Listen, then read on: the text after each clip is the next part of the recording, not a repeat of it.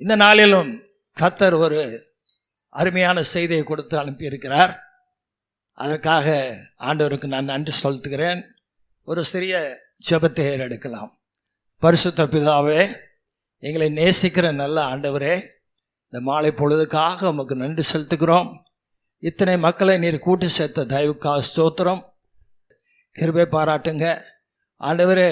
இன்றைக்கு ராபோஜன பண்டிகை இருக்கிறது. இதில் கலந்து கொள்வது எங்களுக்கு ஒரு மாபெரும் ஸ்லாக்கியம். அதை தவறவிடாமல் ஜனங்கள் கருத்தாய் ஆண்டவரே வந்து கலந்து கொள்ள, பங்கு கொள்ள, உமது ஆசீர்வாதத்தை பெற்றுக்கொள்ள கிருபை செய்வீராக. இந்த நாளிலும் இந்த சபையிலே பகிர்ந்து கொள்ள நீர் கொடுத்த இந்த வார்த்தையில் நான் பேசும்போது என்னுடைய பேச்சும் என்னுடைய பிரசங்கமும் மனுஷ ஞானத்துக்கு உரியதாக இராதபடி ஆவியினாலும் வல்லமையினாலும் வசனத்தினாலும் நிறைந்து காணப்படட்டும். அது மக்களுக்கு பிரயோஜனமாக இருக்கட்டும், சபைக்கு பிரயோஜனமாக இருக்கட்டும். ஆவியானவரே, நீர் பேசும். என்னை தாழ்த்தி உமது கரத்தில் கொடுக்கிறேன். இந்த வேலையை நீர் ஆளுகை செய்யும். நீர் பேசும். கேட்க நாங்கள் அவளோடு காத்திருக்கிறோம். இயேசு நாமத்திலே ஜெபிக்கிறேன் பிதாவே, ஆமென், ஆமென். இன்றைய செய்தியின் தலைப்பு சிறிய பங்களிப்பு, a little contribution. ஒரு சிறிய பங்களிப்பு. சரியா? கர்த்தர் நம்மை மிகவும் ஆசீர்வதித்திருக்கிறார். அவருடைய ஜனமாக, அவருடைய பிள்ளைகளாக நம்மை தெரிந்தெடுத்திருக்கிறார். ஆமென். சத்தமாறு ஆமென். காலை தோறும் புது கிருபையால் நம்மை நிரப்புகிறார். ஹல்லேலூயா. நாம் நிர்மூலமாகாது இருப்பது அவருடைய கிருபையாக இருக்கிறது. ஹல்லேலூயா. தேவன் அன்பாகவே இருக்கிறபடியால் நாமும் அவரில் அன்பாக இருக்க கடமைப்பட்டுள்ளோம். ஹல்லேலூயா. நமக்காக தன்னையே ஜீவ பலியாக கல்வாரிலே கொடுத்தவருக்கு பதிலுக்கு நாம் ஏதாவது செய்கிறோமா? அதுதான் இன்னைக்கு நம்ம பேச போகிறோம். பெரிதாக இல்லை என்றாலும் ஒரு சிறிய பங்களிப்பாவது நாம் கொடுக்கிறோமா? நாம் யோசித்து பார்க்க வேண்டும். நமது பங்களிப்பு சிறிதாக இருந்தாலும் கர்த்தர் அதை கனப்படுத்துவார். பெரிய பங்களிப்பாக இருந்தால் அவர் உங்களை எடுத்து பயன்படுத்துகிறார் என்று அர்த்தம். ஹல்லேலூயா.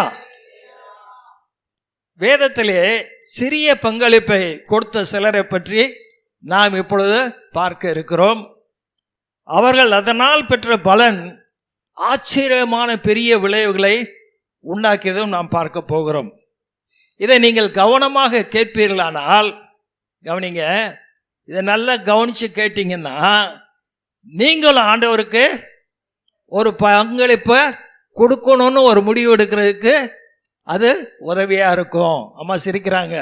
பங்களிப்பு கொடுக்கணும், எல்லாரும் பங்களிப்பு கொடுக்கணும். சரியா? ஆக கவனமாக கேளுங்க. ஒரு சில காரியங்கள் ரொம்ப சின்ன பங்களிப்பை பார்த்தீங்கன்னா ரொம்ப சின்னதாக இருக்கும்.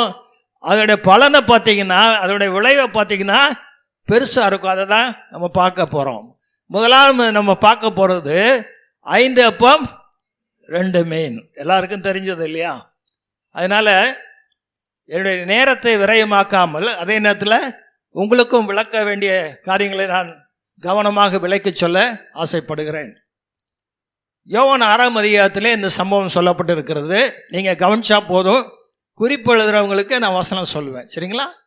அப்போது அந்த யோவான் 6ஆம் அதிகாரத்தில் இந்த சம்பவம் சொல்லப்பட்டிருக்குது. அங்கே 3 நாள் ஆண்டவர் மக்களுக்கு போய்த்து கொண்டு இருக்கிறார். சரியா? தொடர்ந்து 3 நாள் மத்தேயு 5, 6, 7 அதிகாரங்களில் அதை சுருக்கமாக எழுதியிருக்கிறாங்க. ஓகே. அதில் 3 நாள் உட்காந்து கேட்டுட்டு இருந்த ஜனங்கள், நான் யோசிக்கிறேன், பசியே அவங்களுக்கு எடுக்கலன்னு நினைக்கிறேன். பசியை பற்றி அவங்க யோசிக்கவே இல்லை, சாப்பிட்றத பற்றி யோசிக்கவே இல்லை. ஏன்னா கர்த்தர் பேசிகிட்டு இருக்கிறாரு. அந்த ஆத்ம ஆகாரம் அவங்க சரீர தேவையை கூட மறந்து போக செஞ்சுருக்குமோன்னு நான் யோசிக்கிறேன். சரி, 3 நாள் எல்லாம் செய்தியை கேட்டாங்க, நல்ல வசனம் வாங்கிட்டாங்க. இப்போது அவங்க கலைஞ்சு அவங்க வீடுக்கு போகணும். அப்போ போகும்போது கர்த்தர் தான் யோசிக்கிறாரு, ஐயோ இவங்க அப்படி வெறும் வயிறாக போயிடக்கூடாது, பசியாக போயிடக்கூடாது, இவங்களுக்கு சாப்பாடு கொடுத்து அனுப்பணும் அப்படின்னு சொல்லி ஆண்டவர் யோசிக்கிறாரு. அப்போ சீஷர்லாம் மலைக்கிறாங்க, இவ்வளோ பெரிய கூட்டத்துக்கு எப்படி சாப்பாடு கொடுக்க முடியும்? சரியா, கிட்டத்தட்ட 20,000 பேர் வந்திருக்கிறாங்க, இவ்வளோ பேருக்கு எப்படி சாப்பாடு கொடுக்க முடியும்? நீங்களே கொடுங்கன்றாரு. ஆண்டவரே 200 பணத்துக்கு வாங்கி கொடுத்தாலும் இவ்வளோ பேர் கொடுக்க முடியுமான்னு சொல்லி தாங்குறாங்க. சரி, உங்கள்கிட்ட என்ன இருக்கு? உங்கள்கிட்ட என்ன இருக்கு? இங்கே தான் சிறிய பங்களிப்பு வருது. அந்திரேயா போய் தேடி பிடிச்சி ஒரு சின்ன பையன், அவங்க அம்மா வீட்டிலேருந்து அவனுக்கு சாப்பிட்றதுக்கு 5 அப்பமும் 2 மீனும், சின்ன பையனே அவ்வளோ சாப்பிடுவான் போல அந்த காலத்தில், அவனுக்கு கொடுத்து விட்டுருக்காங்க. அதை அவன் அந்திரேயா கேட்ட உடனே, தம்பி அதை குர்றா கொஞ்சம், நான் ஆண்டவர்கிட்ட கொண்டு போய் அதை காமிக்கணும்டா, அதை கொடுக்கணும்டா அப்படின்னு கொடுத்துட்டான் பாருங்க. நம்ம பிள்ளைங்க நினைச்சேன், எங்கள் அம்மா கொடுத்தது நான் சாப்பிடணும்லே, நான் பசியாக இருக்கிறேன்லன்னு சொல்லுவான். அவன் கொடுத்துட்டான். கொடுத்த உடனே ஆண்டவர்கிட்ட போனவொடனே என்னாச்சு? அது என்னாச்சு? 5000 பேர் புருஷர்கள் மாத்திரம், அவங்க மனைவிமாரு பிள்ளைங்க 2 பிள்ளைங்க அவரேஜாக வச்சாலும் 20,000 பேர் சாப்பிட்டாங்க. எப்படி சாப்பிட்டாங்க? மூக்கு முட்டுற வரைக்கும் சாப்பிட்டுட்டு. ஏன் மூக்கு முட்டுச்சுன்னு சொல்கிறேன்னா, அது சாப்பிட்டுட்டு மிச்சம் வச்சுட்டான் பாருங்க. அதே 12 கூட. கரங்களை உற்சாகம் தட்டுங்க, நீங்கள் தட்டிக்கிட்டே தான் இருக்கணும் கரங்களை. சரியா, சாப்பிட்டு மூக்கு முட்டை சாப்பிட்டுட்டு மிச்சம் இருக்கிற எடுத்தா 12 கூடையாம். அப்போ கர்த்தருடைய வல்லமையை பார்த்தீங்களா? இது எங்கேருந்து ஆரம்பிச்சதுங்க? இந்த 5 அப்பம் 2 மீன், ஒரு சிறிய பங்களிப்பு. சரியா, அப்போது அவ்வளோ பேருக்கு போஷிக்கப்படத்தக்கதான ஒரு காரியம் அங்கே நடந்தது நம்ம பார்க்குறோம். கர்த்தருக்கு அதே மாதிரி தான். நம்ம கொடுக்கும்போது எதுவாக இருந்தாலும் சரி, நீங்கள் கொடுக்கும்போது ஆண்டவர் அதை 30 மடங்கா 60 மடங்கா 100 மடங்கா உங்களுக்கு திருப்பி தருவார். நீங்கள் ஒரு காணிக்கை போட்டிங்கன்னா காணிக்கையிலே 30 மடங்கு 100 மடங்கு திரும்பி வரும்னு நீங்கள் எதிர்பார்க்கக்கூடாது. காசாகவே வரும்னு. அது எப்படி வேணாலும் வரலாம். உங்களுக்கு நல்ல ஒரு உத்தியோகம் கிடைக்கலாம், நல்ல சம்பாத்தியம் பெருகலாம், வருமானம் பெருகலாம், நல்ல வீடு கட்ட முடியலாம், நல்ல ஒரு குடும்பம் ஸ்தாபிக்கப்படலாம், பிள்ளையுடைய படிப்புக்கெல்லாம் ஈஸியாக அட்மிஷன் கிடைக்கலாம், செலவு இல்லாமல், மருத்துவ செலவு இல்லாமல் நீங்கள் காக்கப்படலாம். எத்தனையோ விதத்தில் உங்களுக்கு 100 மடங்காவது திருப்பி வரும்னு சொல்கிறவங்களாம் ஒரு ஆமன்னு சொல்லுங்க பார்ப்போம். அல்லேலூயா. சரி, வாங்குகிறவர்களை பார்க்கலும் கொடுக்கிறதே பாக்கியம்னு வேதம் சொல்லுது. இப்போ என்னுடைய ஒரு சின்ன சாட்சியை சொல்ல விரும்புகிறேன். நான் பெங்களூரில் இருக்கும்போது, அங்கே 1981 அங்கே வெயில் நேரத்துலேயே பயங்கரமாக நல்லா குளிர்ச்சியாக தான் இருக்கும் அந்த டைமில். இப்போ பெங்களூரு நம்ம ஊர் மாதிரி ஆகிப்போச்சு. சரியா, அப்போது அங்கே ஒரு சர்ச்சு, பெத்தேல்னு ஒரு சர்ச்சுக்கு போவேன். இந்த மாதிரி சபை தான். ஓகே, அங்கே ஒரு 30-40 குடும்பங்கள் தான் இருக்கிறாங்க. கர்த்தர் அழகாக ஃபேன்லாம் போட வச்சுருக்கிறாரு நம்ம சபையில். அங்கே பாஸ்டர் தலைக்கு மேலே கூட ஒரு ஃபேன் கிடையாது. சரியா, ஒரு ஃபேன் கிடையாது. கிட்ட மாதத்தில் வருஷத்தில் ஒரு 9 மாதம் 10 மாதம் பிரச்சனை இருக்காது. அந்த ஹாட் சம்மரில் மட்டும் அந்த ஃபேன் இல்லாமல் இருக்கிற கொஞ்சம் புழுக்கமாக இருக்கும். அந்த பாஸ்டரோட உடல் பாகு பயங்கரமாக வேர்ப்பார். அவர் சும்மாவே வேர்ப்பார். அதில் பயங்கரமாக அவருக்கு வேர்க்கும். தொப்பையாக நனைஞ்சிருவார். பாவமாக இருக்கும். அதுலேயும் உற்சாகமாக அவர் தன்னுடைய ஊழியத்தை செய்வார். எனக்கு ப்ரமோஷன் ஆகி பெங்களூர்லேருந்து நான் தூத்துக்குடிக்கு ட்ரான்ஸ்ஃபர் ஆகி போகிறேன். நான் வீட்டில் ஒரு ஃபேன் வச்சுருந்தேன். அந்த காலத்தில் கைத்தான்னு ஒரு ஃபேன் இருக்கும், உங்களுக்கெல்லாம் தெரிஞ்சிருக்கும். அந்த ஃபேனு அழகாக ஒயிட் கலரு, நல்ல ஒரு ரெட்டு ஒரு பார்டர் இருக்கும். அந்த டிஸ்கில் சத்தம் இல்லாமல் ஓடும். அது ஓடுறதே அழகாக இருக்கும். கீழே படுத்துட்டு பார்த்தீங்கன்னா அதை ரசிக்கலாம். அவ்வளோ அழகாக ஓடிக்கிட்டு இருக்கும். என்கிட்ட இருந்து அது ஒரு சீலிங் ஃபேன் தான். அதை நம்ம சர்ச்சுக்கு கொடுத்துருவோம்னு சொல்லி பிளான் பண்ணேன். உடனே தான் நமக்கு நல்ல யோசனைகள்லாம் நிறையா வரும்ல. நல்ல யோசனைகள் வரும், பல இடத்துலேருந்து வரும். இருக்கிறதே ஒரு ஃபேனு, இதை கொண்டு போய் அங்கே கொடுத்துட்டா நமக்கு எங்கே ஃபேனுக்கு, நம்ம என்ன பண்ணுறது? நான் சொன்னேன், நம்மளுக்கு ப்ரொமோஷன் ஆகிப்போச்சு, இனிமேல் இருக்க போகிறது பூரா கம்பெனி குவார்ட்டர்ஸில் இருக்க போகிறோம், பங்களாக்கள் இருக்க போகிறோம். அதனால் நமக்கு சொந்த ஃபேன் வேண்டான்னு சொல்லி ஃபேனை கொடுத்துட்டேன் சர்ச்சுக்கு. பாஸ்டருக்கு ஒரே சந்தோஷம். பாஸ்டர் தலைக்கு மேலே நீங்கள் நின்று பிரசங்கம் பண்ணுற இடத்துல போடுங்க பாஸ்டர்னு கொடுத்துட்டேன். நீங்கள் வந்துட்டோம், தூத்துக்குடிக்கு வந்துட்டோம்.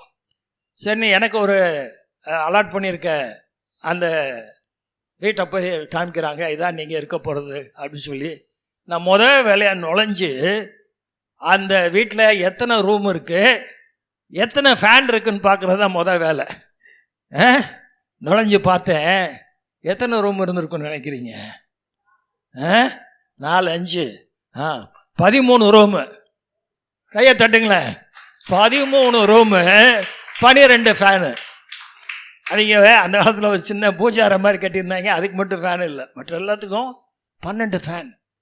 கொடுத்தது என்னுடைய பங்களிப்பு 1 ஃபேனு. ஆண்டவர் கொடுத்தது 12 சத்தமாக சொல்லுங்களேன். 12 ஃபேன் நிறைவாக கொடுத்துட்டார். அதே மாதிரி இப்போ தூத்துக்குடியிலேருந்து 4.5 வருஷம் முடிச்சுட்டு மதுரைக்கு வர்றேன். என்கிட்ட ஒரு ஸ்கூட்டர் இருந்தது. அங்கே ஒரு பெத்தேல் சர்ச்சு போய்ட்டு, அங்கே ஒரு ஏஜி சர்ச்சுக்கு போய்ட்டு இருந்தேன். அந்த பாஸ்டரும் கடுமையான ஒரு உழைப்பாளி. அவர் ஒரு பழைய ஸ்கூட்டர் தான் வச்சுருந்தார். ஆனால் ஆஃபீஸில் உள்ள ஸ்டாஃபுக்கு யூஸ் பண்ணுறதுக்கு ஒரு ஸ்கூட்டரும் கிடையாது. அப்போ அங்கேருந்து இங்கே வர்றேன். எனக்கு கம்பெனியில் ரிட்டையர் ஆகும்போது ஒரு கார் கொடுத்தாங்க. அந்த காரை ஒரு சூழ்நிலைக்காரமாக விற்றுட்டேன். இப்போ மதுரையில் என்கிட்ட கார் கிடையாது. மதுரைக்கு வந்தால் வீடு இருந்தது, மதுரைக்கு வரணும். இப்போ ஸ்கூட்டர் எடுத்து தான் நான் வரணும். பார்த்தேன், இந்த ஸ்கூட்டரை சர்ச்சுக்கு கொடுத்துருவோன்னு சொல்லி சர்ச்சுக்கு கொடுத்தாச்சு. அல்லேலூயா. சர்ச்சு ஆஃபீஸுக்கு கொடுத்தாச்சு, அது யூஸுக்கு இருக்கட்டும்னு. இங்கே வரும்போது ஆண்டவர் என் மகன் மனசில் பேசி, டாடி இத்தனை வருஷம் பெரிய பதவியில் இருந்துட்டு எங்கே போனாலும் காரு, எங்கே போனாலும் ஏரோப்ளைனும் இருந்தவர், இப்போ வர்றாரு ஒரு ஸ்கூட்டரையும் கொடுத்துட்டு வந்துட்டாரு அப்படின்னு சொல்லி மனசில் பேசி, நான் மதுரையில் இறங்குறேன். அவன் ஒரு காரை வாங்கி, எங்களுக்கு சொந்த காரை வாங்கி என்னை காரில் கூட்டு போனான். நான் வீட்டுக்கு நான் கொடுத்தது 2 வீலர், கர்த்தர் கொடுத்தது 4 வீலர். நல்லா உற்சாகமாக தட்டுங்க. அல்லேலூயா. அவர் பெருக்கத்தின் தேவன். நீங்கள் கொடுக்கறது உங்கள் மனசு பார்க்கறது தான் அவர் கேட்குறாரு. நீங்கள் கொடுத்த ஒன்று அவருக்கு நிறைய பொருள், அந்த பூமி எல்லாம் அவருடைய பொருட்களால் நிறைந்திருக்குன்னு வசனம் சொல்லுது. 2வது, இயேசுவுக்கு பரிமள தைலம் பூசிய மரியா. சரியா? அப்போது சீமோன் ஒரு நபர் வீட்டில் இயேசு பந்தி இருக்கும்போது இவ போய் இந்த தைலத்தை பூசுறதுக்கு போகிறா. அப்போ என்ன செய்கிறா, அவள் வருஷம் கஷ்டப்பட்டு உழைச்சி கிட்டத்தட்ட 1 வருஷமாக சேர்த்து வச்ச அமௌண்ட்டில் அந்த விலையுந்த தைலத்தை வாங்கியிருக்கிறா. அந்த தைலத்தை அவரை சரசில் ஊற்றி, பாதத்தில் ஊற்றி தலைமுடியை வச்சு துடைக்கிறா. அதை என்ன செஞ்சா, தைலம் ஊற்றுனா தன்னுடைய முடியை வச்சு அவருடைய பாதத்தை துடைக்கிறா. ஒரு சின்ன காரியம் செய்ய முடியுமா, முடியாதா? முடியும், முடிஞ்சா செஞ்சிருக்கா. இப்போ என்னாச்சு, அது செஞ்ச நற்கிரியையாக ஆண்டவர் அங்கீகரிக்கிறாரு. வசனம் சொல்லுது, நீங்கள் எதை செய்தாலும் மனப்பூர்வமாய் செய்யுங்கள், கர்த்தருக்கென்று செய்யுங்கள், மனப்பூர்வமாய் செய்யுங்கள்னு வசனம் சொல்லுது. இப்போ இவ செஞ்ச அந்த ஒரு சின்ன காரியம் எப்படி ஆயிடுச்சுன்னா, இந்த பரிசுத்த வேதாகமத்தில் அது எழுதப்பட்டிருக்கு. ஆண்டவர் சொல்கிறாரு மத்தேயு 26:13, இந்த சுவிசேஷம் எங்கே பிரசங்கப்படுமோ அங்கெல்லாம் இவ செஞ்சது சொல்லப்படும். இப்போ மரியாள் பாருங்க, இது எங்கெங்கே பிரசங்கப்படுதோ அங்கெல்லாம் அவளுடைய கிரியை நினைவு கூறப்படுது. கரங்களை உற்சாகமாக தட்டி சின்ன பங்களிப்பு. சரியா? 3வதாக, இயேசுவின் தாயாகிய மரியாள், அவங்ககிட்ட ஒரு கல்யாணத்துக்கு போயிருக்காங்க கானா ஊரில். ஏசப்பாவும் கூப்பிட்டுருக்காங்க, அவரும் போயிருக்கிறாரு. அங்கே என்ன ஆயிடுச்சு, திராட்சை ரசம் குறையப்பட்டு போச்சு. அம்மா அதை தெரிஞ்ச உடனே ஏசப்பாட்ட மகனே திராட்சை ரசம் இல்லை, குறையப்பட்டு போச்சு அப்படின்னு சொல்கிறாங்க. ஆண்டவர் சொல்கிறார், என்னுடைய வேலை இன்னும் வரலன்னு சொன்னார். சரி, ரைட்டு. இவங்க அதுக்கு மேலே அவர்கிட்ட போய் கேட்க முடியல. ஆனால் வேலைக்காரங்களை பார்த்து ஒரு வார்த்தை சொன்னாங்க. என்ன சொன்னாங்க? அவர் என்ன சொல்கிறாரோ அதன்படி செய்யுங்க. அவங்க கான்ட்ரிபியூஷனு பிரச்சனையை ஏசப்பாட்டை கொண்டு போனாங்க. அல்லேலூயா. இது ஜெபத்தையும் விண்ணப்பத்தையும் அடையாளப்படுத்துகிற ஒரு காரியம். முதல்ல நமக்கு பிரச்சனைன்னா அங்கேயும் இங்கேயும் ஓடி போய் செவுத்துல முட்டி பேசாமல் ஆண்டவர்கிட்ட போய் அந்த பிரச்சனையை சொல்லிட்டீங்கன்னா அவர் உங்களுக்கு விடுதலைக்கான வழியை காண்பிப்பார். அல்லேலூயா. ஸோ முதல் காரியம் என்ன செய்கிறாங்க? ஏசப்பாட்ட சொல்கிறாங்க. அடுத்த பங்களிப்பு என்ன? வேலைக்காரங்களை பார்த்து அவர் என்ன சொல்கிறாரோ அதை செய்யுங்க. அவ்வளோதான், ரொம்ப சிம்பிள். சரியா? அது செஞ்சனால என்னாச்சு? அந்த குறைவு நிறைவானது. அந்த ஃபேமிலியில் அந்த மணமகனை கூப்பிட்டு பந்தி விசாரிப்புக்காரன் பாராட்டுறான். என்னப்பா, சாதாரண ஒரு ரசத்தை முதல்ல கொடுத்துட்டு இவ்வளோ பெஸ்ட்டான ரசத்தை இவ்வளோ நேரம் வச்சுருந்தீங்கன்னு கேட்குறான். அவனுக்கே என்ன நடந்துச்சுன்னு தெரியாது. சரியா? அப்போது அந்த குடும்பம் கொஞ்சம் பொருளாதாரத்தில் கொஞ்சம் கம்மியான குடும்பம்தான். இல்லைன்னா திராட்சை ரசம் ஏன் குறைவாக இருக்குது, நிறைய வாங்கி வச்சுருப்பாங்கல்ல. அப்போ என்ன ஆகுதுன்னா, நல்ல பேரையும் அவங்க எடுத்துக்கிட்டாங்க, பெஸ்ட்டான ரசம் கொடுத்தீங்கன்னு சொல்லி. அந்த ரசம் கடைசி ஒரு 1-2 பந்திக்கு வேணால் ஷார்ட்டேஜ் ஆகிருக்கும். ஒரு வாளி 2 வாளி இருந்தால் போகுமா இருக்கும். ஆனால் 6 கற்சாடியில் ஒவ்வொரு கற்சாடியும் 2-3 குடம், கிட்டத்தட்ட 18 குடம் ரசம். அதில் 2 குடம் போனாலும் 16 குடம் பெஸ்ட்டு ரசம் அங்கே மீதமாக இருக்குது. 12 கூட மீதம் எடுத்த மாதிரி அங்கே ரசம் மீதமாக இருக்குது. அந்த பெஸ்ட்டு ரசத்தை வந்தவங்கெல்லாம் எனக்கு கொடுப்பா, நான் எவ்வளோ நாளும் காசு கொடுத்து வாங்கிட்டு போயிருந்தாலும் அவங்களுடைய பொருளாதார தேவையும் சந்திக்கப்பட்டிருக்கணும். நான் யோசித்து பார்க்குறேன். இக்கட்டில் எங்களுக்கு உதவி செய்யும் கர்த்தாவேன்னு சங்கீதக்காரன் சொல்கிறான். 108:12 ஆண்டவர் என்ன சொல்கிறார்? 50:15 ஆபத்து காலத்தில் நீ என்னை நோக்கி கூப்பிடு, நான் உன்னை விடுவிப்பேன், நீ என்னை மகிமைப்படுத்துவாய். அல்லேலூயா. அப்போது இங்கே பார்த்தீங்கன்னா நம்ம விண்ணப்பத்தை ஆண்டவர்கிட்ட வைக்கும்போது அவர் சொல்கிறபடி நாம் செய்யும்போது பலத்த ஒரு அற்புதம் நடக்கிறது. இந்த மரியாளுடைய பங்களிப்பு ஆண்டவர்கிட்ட போய் சொன்னதும் அடுத்தாப்புல வேலைக்காரங்களை பார்த்து அவர் என்ன சொல்கிறாரோ அது செய்யுங்க, இவ்வளோதான். ஆனால் இங்கே ஒரு திருமண வீட்டில் ஒரு மகிமையான காரியம், ஆண்டவர் முதலாவது அற்புதத்தை அங்கே தானே ஏற்றினார். அல்லேலூயா. கரங்களை உற்சாகமாக தட்டுங்களேன். அல்லேலூயா, ஸ்தோத்திரம். 4வதாக நாகமானின் வேலைக்கார சிறுமி. இந்த நாகமானின் வேலைக்கார சிறுமி யாரும் மைக் வச்சிருக்கலாம், வாசிக்கிறீங்களா? 2 ராஜாக்கள் 5, சீக்கிரம் வாசிக்கணும். 471 பக்கம், 471, முதல் 3 வசனம். படைத்தலைவனாகிய நாகமான் என்பவன் ஆண்டவனிடத்தில் பெரிய மனுஷனும் எண்ணிக்கை உள்ளவனுமாய் இருந்தான். அவனை கொண்டு கர்த்தர் சீரியாவுக்கு ரட்சிப்பை கட்டளையிட்டார். மகா பராக்கிரமசாலியாகிய அவனோ குஷ்டரோகியாய் இருந்தான்.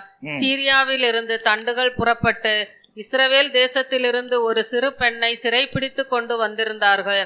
அவள் நாகமானின் மனைவிக்கு பணிவிடை செய்து கொண்டிருந்தாள். அவள் தன் நாச்சியாரை பார்த்து, என் ஆண்டவன் சமாரியாவில் இருக்கிற தீர்க்கதரிசி இடத்தில் போவாரானால் நலமாயிருக்கும், அவர் இவருடைய குஷ்டரோகத்தை நீக்கி விடுவார் என்றார்.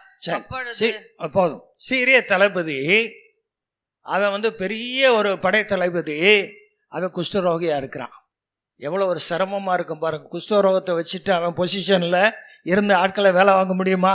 ராஜா சமூகத்தில் போய் நிற்க முடியுமா? ஆனால் செய்யணும், வேறு வழி இல்லை. எவ்வளோ சங்கடப்பட்டிருப்பான். இப்போ அவன் வீட்டில் இவன் அடிமையாக பிடிச்சிட்டு வந்த ஒரு பிள்ளை, சின்ன பிள்ளை தான். அது என்ன சொல்லுது?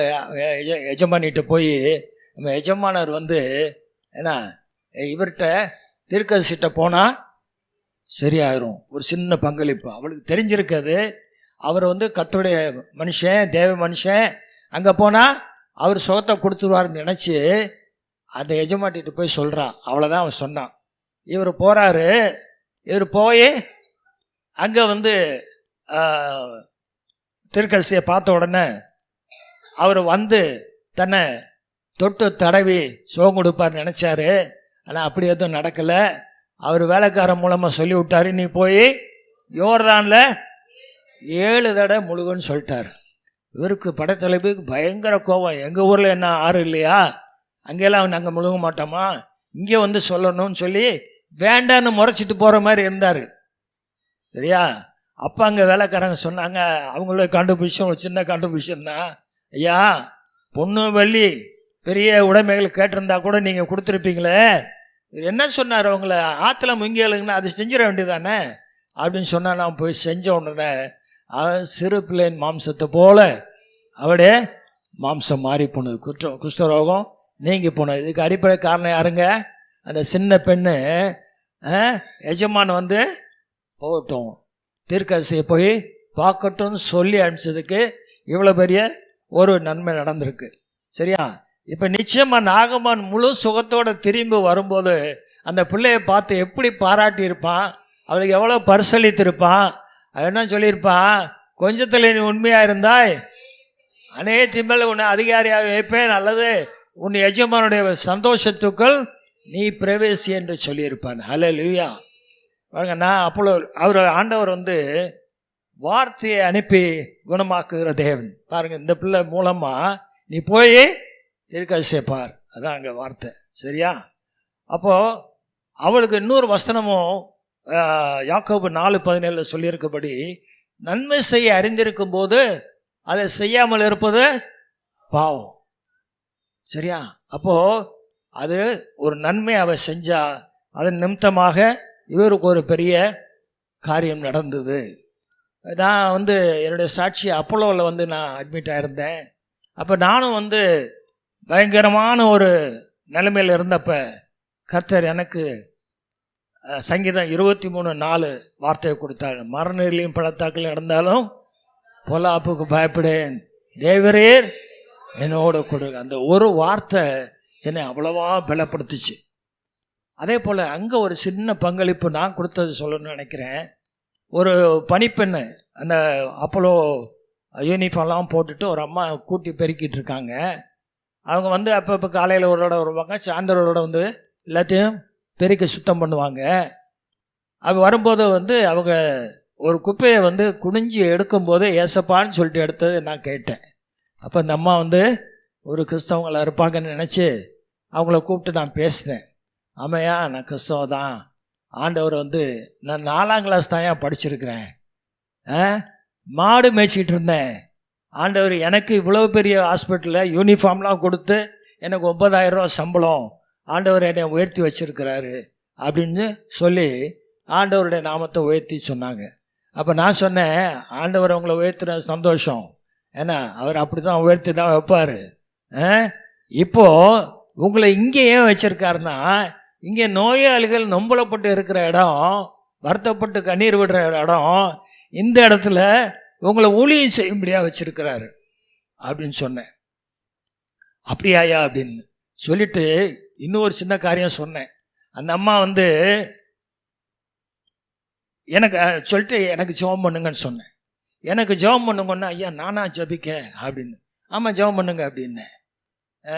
சரின்னு எடுத்து முக்காடை போட்டாங்க. நான் கண்ணை மூடினேன். ஒரு நிமிஷம் ஆச்சு, 2 நிமிஷம் ஆச்சு, அரவத்தையே காணோம், சத்தத்தையே காணோம். ஒருவேளைக்கு இந்த அம்மாவுக்கு ஜெபிக்க தெரியாதோ, நம்ம கேட்டுட்டோமோ அப்படின்னு நினச்சி பார்த்து கண்ணை மெதுவாக திறந்து பார்த்தா அவங்க அந்நிய பாஷையில் பேசிகிட்டு இருக்கிறாங்க. சரியா? பேசிட்டு அதுக்கப்புறம் நல்லா ஒரு அருமையான ஜெபம் பண்ணி விட்டாங்க. சரி ரைட்டு. மறுநாள் நான் படுக்கையில் தான் இருக்கிறேன். 5ஆம் நாள் தொடர்ந்து படுத்துக்கிட்டே இருக்கிறேன். அடுத்த நாள் 6ஆம் நாள் காலையில் வர்றாங்க. அப்போ தான் என்னை வந்து நர்ஸு தூக்கி உட்கார வச்சுருக்குறாங்க. உட்காந்துருக்கிறேன். நம்ம என்னை பார்த்தோன்னே ஒரே சந்தோஷம். ஐயா என்ன எந்திரிச்சு உட்காந்துட்டீங்க, சிறிய பங்களிப்பை கவனிங்க. நான் சொன்னேன், நேற்று நீங்கள் ஜெபிச்சிங்களம்மா, ஆண்டவர் என்னை எழுப்பி உட்கார வச்சிட்டாரு. அல்லேலூயா. அவ்வளோதான். சொல்லிட்டு என்ன சொன்னேன், நீங்கள் இங்கே இருக்கிற ஆட்களுக்கெல்லாம் ஜெபிக்கிறத ஆண்டவர் உங்களை வச்சுருக்காரு சொன்னேன். ஆண்டவருக்கு நன்றி சொல்லிட்டு உடனே போய் அங்கே இருக்க அடுத்த பேஷண்ட் ஜெபிக்க ஆரம்பிச்சிட்டாங்க. அல்லேலூயா. அவங்க ஊழியம் எங்கே ஸ்டார்ட் ஆச்சு? ஒரே ஒரு வார்த்தை, ஆண்டவர் உங்களை அதுக்கு தான் வச்சுருக்காரு, நேற்று நீங்கள் ஜெபிச்சிங்க நான் எந்திரிச்சேன்னு தான் சொன்னேன். உடனே அவங்க ஊழியம் ஸ்டார்ட் ஆயிடுச்சு. தொடர்ந்து அதை செஞ்சுட்டு இருப்பாங்க நான் விசுவாசிக்கிறேன். ஏன்னா ரொம்ப வைராக்கியமான ஒரு பெண்மணி அவங்க. 5வது சமாரிய ஸ்திரீ. அந்த சம்பவம் நமக்கு தெரியும், யோவான் 4 இருக்குது. ஆண்டவர் கிணத்தண்டையில் உட்காந்துருக்கிறாரு. சமாரிய ஸ்திரீ வர்றாங்க, வாளியோட குடத்தோட வர்றாங்க. ஆண்டவர் தாகமாக இருக்கிறாரு, பயங்கரமான அலைச்சல், வெயில் நேரம், தாகத்துக்கு தான் கேட்குறாரு. நீங்கள் என்ன யூதனாக இருந்து ஏன்ட்ட போய் கேட்குறீங்கன்னு சொல்கிறாங்க. இதெல்லாம் விலைக்கு சொல்ல நேரம் இல்லை. சம்பவம் என்னன்னு சொன்னால், அப்புறம் இவர் சொல்கிறாரு, கேட்குற யாருன்னு தெரிஞ்சா நீயே கொடுத்துருவ, இந்த கிணத்து தண்ணியை குடிக்கிறவனுக்கு திருப்பி தாகம் உண்டாகும், நான் கொடுக்குற தண்ணீர் ஜீவ தண்ணீர் அப்படின்னு சொல்கிறார். அப்போது சரி உன் புருஷனை கூட்டு வா அப்படின்னு சொல்கிறாரு. அப்போது அந்த அம்மாவுடைய சரித்திரத்தை சொல்கிறார். அந்த அம்மா கண்டுபிடிச்சி இவர் சாதாரண ஆள் கிடையாது. அந்த அம்மாவுடைய பங்களிப்பு என்னன்னா, கிராமத்துக்குள்ளே போய் ஒருத்தர் என்னுடைய காரியம் பூரா சொல்கிறாரு, அவர் கிறிஸ்துதானு பாருங்கன்னு சொல்லி முழு கிராமத்தை கூட்டு வந்துருச்சு. அல்லேலூயா. கரங்களை தட்டுங்களேன், கரங்களை தட்டுங்க. போய் எனக்கு இப்படி ஒருத்தர் சொன்னார், அவர் கிறிஸ்துவா தான் இருக்கணும், அதனால நீங்கள் பாருங்கன்னு கிராமத்தையே கூட்டு வந்துச்சு. அவ்வளோ பேர் வந்துட்டான். ஏன்னா வந்தது மாத்திரமல்ல, ஆண்டவரே இவரை பார்த்தோன்னே இவர்கிட்ட பேசின உடனே அவங்களுக்கு ஒரு இம்ப்ரெஷன் வந்துருச்சு, நீங்கள் ஒரு 2 நாளாவது எங்கள் கூட தங்கணும்னு சொல்லி கூப்பிட்டு போயிட்டாங்க. இந்த 2 நாள் இவர் பிரசங்க விடுவாரா? இவர் போதிச்ச போதனை இல்லை. இப்போ சொல்கிறாங்க அந்த பிள்ளையை பார்த்து, நீ சொல்லி நாங்கள் அவரை பார்க்க வந்தோம், இப்போ நாங்களே அவர் வாய்ப்பட கேட்டுட்டோம், அவர் மெய்யான கிறிஸ்து தான் அப்படின்னு சொல்லி ஒரு கிராமமே அவரை ஏற்றுக்கொள்ளும்படியான ஒரு பங்களிப்பு. என்ன செஞ்சா? போய் சொன்னான். அல்லேலூயா. போய் சொன்னான், பாருங்கன்னு சொன்னான். அவ்வளோதான். சரியா? அப்போது நம்ம அது மாதிரி நமக்கு ஆண்டவர் செய்திருக்கிற நன்மைகளை சொல்கிறோமா? அதான் பாயிண்ட். சொல்கிறோமா? மற்றவங்களுக்கு சொல்கிறோம். எல்லாரும் சொல்கிறோமா? சொல்கிறவங்க தலையாட்டுறீங்க. எல்லாரும் சொல்கிறோமா? சொல்கிறதுக்கு நிறைய தயக்கம்லாம் இருக்குல்ல, தயங்கவே வேணாம். நீங்கள் சொன்னீங்கன்னா அவரை மகிமைப்படுத்துறீங்கன்னு அர்த்தம். அல்லேலூயா. சரி, அடுத்தாப்புல ஒரு கலசம் தண்ணீர். மத்தேயு 10:42 வாசிங்கம்மா சீக்கிரம். 10:42. சீஷன் என்னும் நாமத்தின் நிமித்தம் சிறியரில் ஒருவனுக்கு ஒரு கலசம் தண்ணீர் மாத்திரம் குடிக்க கொடுக்கிறவனும் தன் பலனை அடையாமற் போகான் என்று மெய்யாகவே உங்களுக்கு சொல்லுகிறேன் என்றார். பாருங்க, ஒரு ஊழியக்காரனுக்கு ஒரு கலசம் தண்ணி கொடுத்தா அதுக்கு கூட பலன் இருக்குன்னு ஆண்டவர் சொல்றாரு. அல்லேலூயா. அப்போ எலியாவின் கரங்களுக்கு அவர் சாப்பிட்டுட்டு கை கழுவுறதுக்கு தண்ணி ஊத்துனாராம். எலிசா தண்ணி ஊத்துனால கை கழுவுறதுக்கு. அவருக்கு கிடைச்ச பலன் என்ன? எலியா வானத்துக்கு எடுத்துக்கொள்ளப்படும் போது அவருடைய சால்வை எலிசாவின் மேல் விழுந்தது, ரெட்டிப்பான வரம். அல்லேலூயா. கரங்களை உற்சாகமா தட்டி கை கழுவுறதுக்கு தண்ணி ஊத்தினால். ஒரு பெரிய ஊழியக்காரர் சொல்லுவார், அவர் அவருடைய சூட்கேஸ் அல்ல பேகு, அவர் வேகமாக எங்கேயாவது ஊழியத்துக்கு புறப்பட்டு போகும்போது அதை தூக்கிட்டு போகிறவனு கூட ஒரு பெரிய ஆசீர்வாதம் இருந்திருக்கு, கிடைக்கப்பட்டிருக்கான்னு சொல்லி ஒரு சாட்சியை ஒரு முறை நான் கேட்டேன். அப்போது 1 தீமோத்தேயு 5:17 வாசிங்க. 1 தீமோத்தேயு 5:17. சீக்கிரம், நேரம் ஆகுது. நன்றாய் விசாரணை செய்கிற மூப்பர்களை விசேஷமாக திருவசனத்திலும் உபதேசத்திலும் பிரயாசப்படுபவர்களை இரட்டிப்பான கணத்திற்கு பாத்திரராக எண்ண வேண்டும். உபதேசத்தில் திருவசனத்தில் நடத்துகிற யார்? அவங்கள போதகர் நடத்துகிறார். அல்லேலூயா. போதகர் நடத்துகிறாரு, ஊழியக்காரங்க நடத்துகிறாங்க. அவங்கள நீங்கள் என்ன செய்யணுமா? ரெட்டிப்பான கணத்துக்கு அவங்கள பாத்திரராக நீங்கள் நினச்சி அவங்களுக்கு நீங்கள் உபசரணை பண்ணணும். ஊழியக்காரன் வரும்போது ஊழியக்காரனை ஏற்றுக்கொள்ளுங்கள், அவங்கள உபசரியுங்கள், அவங்களுக்கு பணிவிடை செய்யுங்கள். என்னென்ன வகையில் உதவி செய்ய முடியுமோ அந்த எல்லா உதவியிலும் நீங்கள் செய்யுங்க. கர்த்தர் உங்களை கனப்படுத்துவார். அடுத்தாவது 11ஆவது மணி வேலைக்காரர். இந்த சம்பவம் மத்தேயு 20 சொல்லப்பட்டிருக்கு. ஒரு எஜமான், திராட்சை தோட்டத்து எஜமான் காலையில் அதிகாலையில் போய் என் தோட்டத்துக்கு வேலைக்கு வாங்கன்னு கூப்பிட்றாரு. ஒரு சிலர் வர்றாங்க. திருப்பி 9 மணிக்கு போய் கூப்பிட்றாரு, ஒரு சிலர் வர்றாங்க. திருப்பி 12 மணிக்கு போய் கூப்பிட்றாரு, ஒரு சிலர் வர்றாங்க. 3 மணிக்கு போய் கூப்பிட்றாரு, ஒரு சிலர் வர்றாங்க. இப்போ 6 மணியோட வேலை முடியுது. இப்போ சாயந்தரம் 5 மணி ஆகுது. இப்பயும் போய் நிற்கிறாரு. அங்கேயும் ஒரு சிலர் வேலைக்கு வர்றாங்க. நீங்கள் வாங்க, நியாயமான கூலி உங்களுக்கும் கிடைக்குன்னு சொல்கிறாரு. வந்து ஆனால் கூலி கொடுக்க ஆரம்பிக்கும் போது எப்படி இருந்து ஆரம்பிக்கிறாரு? கடைசியில் வந்தவன்ல இருந்து ஆரம்பிக்கிறார். முதல்ல பேசினவருக்கு ஒரு பணம் கொடுக்குறேன்னு சொல்லி தான், ஒரு 500 வச்சுக்கோமே, 500 கொடுக்குறேன்னு சொல்லி தான் கூப்பிட்டு வந்தது. இப்போ கடைசி 1 மணி நேரம் வேலை பார்த்தவனுக்கும் 500 கொடுக்குறாரு. அப்போ முதல்ல வந்தவங்க, எர்லியராக வந்தவங்களாம் என்ன வச்சுக்கிறாங்க? அவனுக்கே 500னா நம்ம காலையிலேருந்து வேலை பார்த்துருக்கோம், இத்தனை மணி நேரம் வேலை பார்த்துருக்கோம், நமக்கு அவ்வளோ கிடைக்கும்னு சொல்லி. ஆனால் அவனுக்கும் 500 தான். அப்போ முதலாளி வஞ்சனை பண்ணிட்டாரா? இல்லை. எப்படி இல்லைன்னு சொல்கிறேன்? அவர் பேசின கூலியே 500 தான். எப்போ போய் கூப்பிட்டாரோ, நீங்கள் வாங்க 500 தரேன்னு சொல்லி தான் கூப்பிட்டு வந்தார், அதை கொடுத்தாரு. இங்கே ஒரு சத்தியம் என்ன விளங்குதுன்னா, அவன்லாம் அதிகாலையில் வேலைக்கு வந்தவன், 7 மணிக்கு வந்தவன், சாயந்தரம் 6 மணி வரைக்கும் பார்த்துருக்கான், 11 மணி நேரம் வேலை பார்த்துருக்கான். அவனுக்கு அந்த 500. இவன் ஒரு சிறிய பங்களிப்பு தான். 1 மணி நேரம், கடைசி 1 மணி நேரம் வெயில் தாழ வந்துட்டு வேலையை பார்த்துட்டு போயிட்டான். இப்போ பாருங்கள், கர்த்தருடைய வருகை சீக்கிரமாக இருக்கிறதுனால இது 11ஆவது மணி வேலையாக இருக்கிறது. எப்படி இருக்குது? 11ஆவது மணி வேலையாக இருக்குது, கடைசி நேரமாக இருக்குது. ஏன்னா காலங்காலமாக உழைச்ச ஊழியக்காரர்கள் இருக்கிறாங்க. இந்த கடைசி நேரத்துலையாவது, கிடைச்ச கொஞ்ச நேரத்துலையாவது நம்ம ஒரு ஊழியத்தை செஞ்சோம்னு சொன்னால் அதுக்கும் ஆண்டவர் கூலி கொடுக்க போதுமானவரை. கரங்களை உற்சாகமாக தட்டி, இது வரைக்கும் ஊழியமே செய்யாதவங்க, ஒன்றுமே செய்யாதவங்க, பாஸ்டர்கிட்ட வாங்க, உங்கள் நேரத்தை இவ்வளோ நேரம் எனக்கு இத்தனை ஒரு நாளைக்கு இவ்வளோ நேரம் அல்லது வாரத்துக்கு இவ்வளோ நேரம் என்னால் ஒதுக்க முடியும் பாஸ்டர், நீங்கள் எனக்கு ஏதாவது ஊழியம் கொடுங்கன்னு கேட்டால் உங்களுடைய தகுதிக்கு ஏற்ப, உங்களுடைய திறமைக்கு ஏற்ப அவர் அதுக்கான ஊழியத்தை அவர் உங்களுக்கு அலாட் பண்ணுறதுக்கு அது ஏதுவாக இருக்கும். நீங்கள் வந்து வாலண்டியர் பண்ணணும். அவராக விரட்டி பண்ணால் எனக்கு வேலை இருக்குன்ட்டு எல்லோரும் போயிடுவீங்க. சரியா? நீங்கள் வந்து பாஸ்டர் எனக்கு டைம் இருக்குது, நான் இந்த நேரத்தை நாங்கள் கொடுக்க விரும்புகிறேன். ஒன்றும் இல்லை, ஒரு இந்த வீட்டை சுத்தமாக பெருக்கி தொடச்சி கொடுக்குற ஒரு வேலை, அது ஒரு ஊழியம்.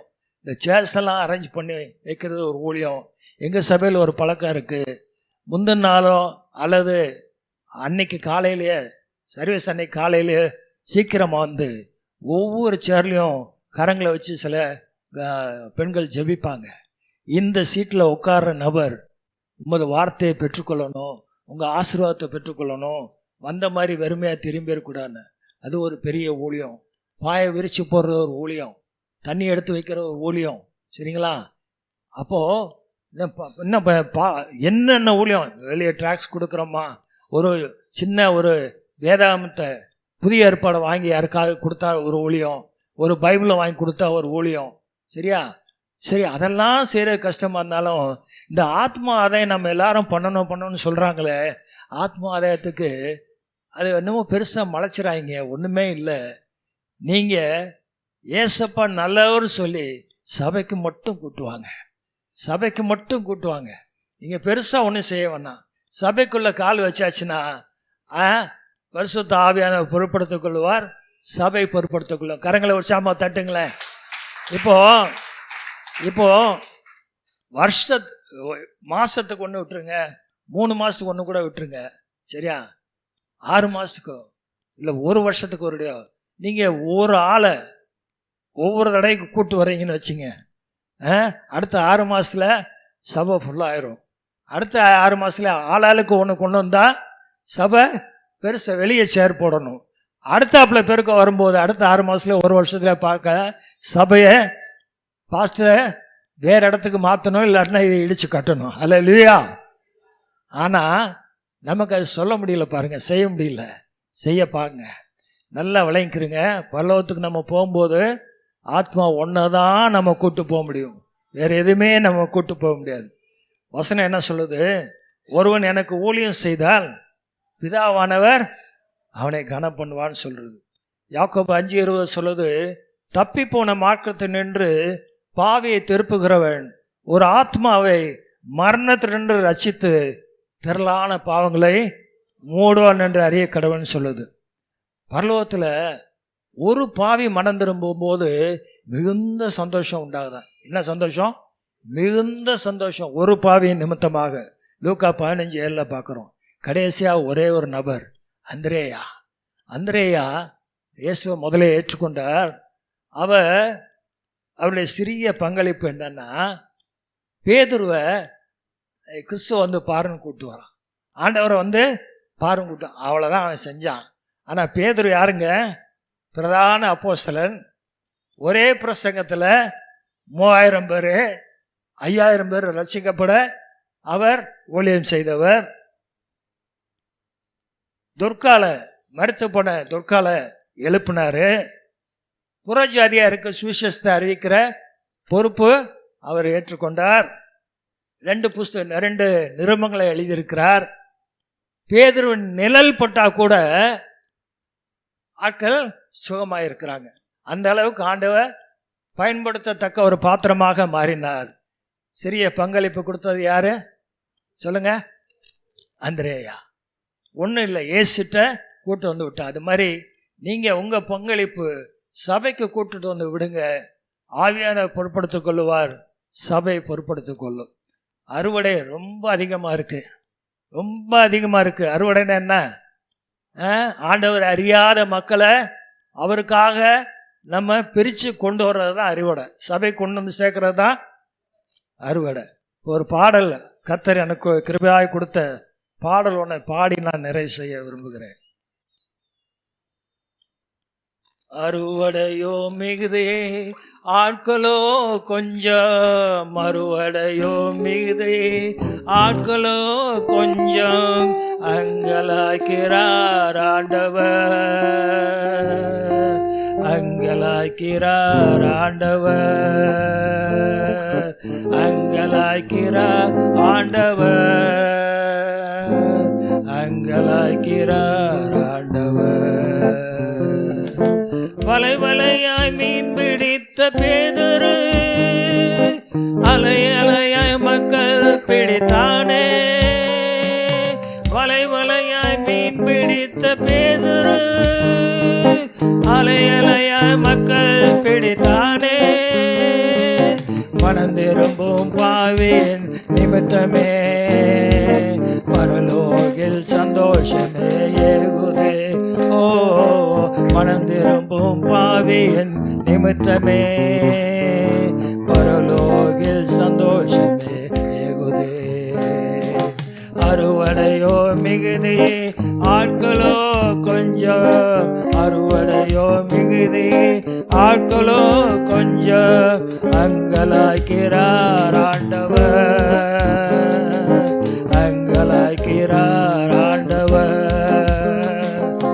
அங்கலாக்கிறார் ஆண்டவர், அங்கலாக்கிறார் ஆண்டவர்.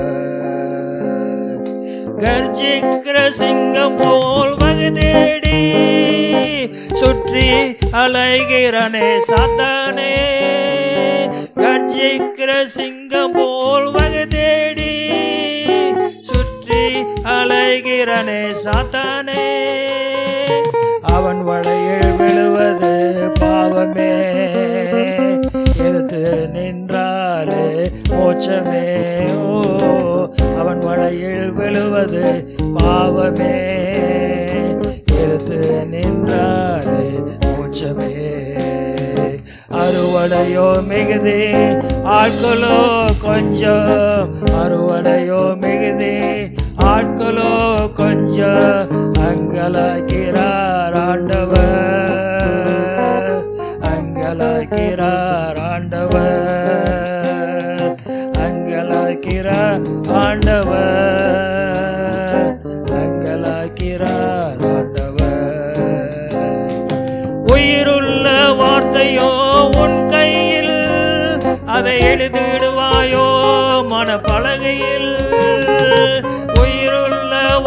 அருவடையோ உன் கையில், அதை எழுதிடுவாயோ மனப்பலகையில். அறிவிப்பாயோ அவ வார்த்தையை, நாடிடுவாயோ அவ கிருபையை, நாடிடுவாயோ அவ கிருபையை. அறிவிப்பாயோ அவ வார்த்தையை. அறுவடையோ மிகுதி ஆட்களோ கொஞ்சம், அறுவடையோ மிகுதி ஆட்களோ கொஞ்சம். அங்கலாய்க்கிறார் ஆண்டவர், அங்கலாய்க்கிறார் ஆண்டவர், அங்கலாய்க்கிறார் ஆண்டவர், அங்கலாய்க்கிறார் ஆண்டவர். நல்ல பிதாவே, அருமையான செய்தியை ஆண்டவரே நீர் கொடுத்த வண்ணமாக மக்களுக்கு நான் சொல்லியிருக்கிறேன். அப்பா, மக்கள் உள்ளங்களிலே கிரியை செய்யுங்க. அறுவடை மிகுதி ஆட்களோ கொஞ்சம். நாங்கள் யாரார் ஆண்டவரே ஊழியத்துக்காக நான் ஏதாவது பங்களிப்பை கொடுக்க விரும்புகிறேன் என்று வாஞ்சிக்கிறார்களோ, உள்ளத்திலே வாஞ்சியை எழுப்பித்தாரும் ஆண்டவரே. போதருக்கு அவர்கள் உதவியாக இருந்து இந்த ஊழியம் வளர உதவி செய்யட்டும். ஊழியம் செய்கிறவனை பிதாவானவர் கனப்படுத்துவார் என்று சொல்லியிருக்கிறேன். அதற்காக கோடி ஸ்தோத்திரம். மக்களை எல்லாம் ஆசீர்வதித்து நிறைவாக ஆசீர்வதித்து அனுப்பும் இயேசு நாமத்திலே பிதாவே. ஆமென்.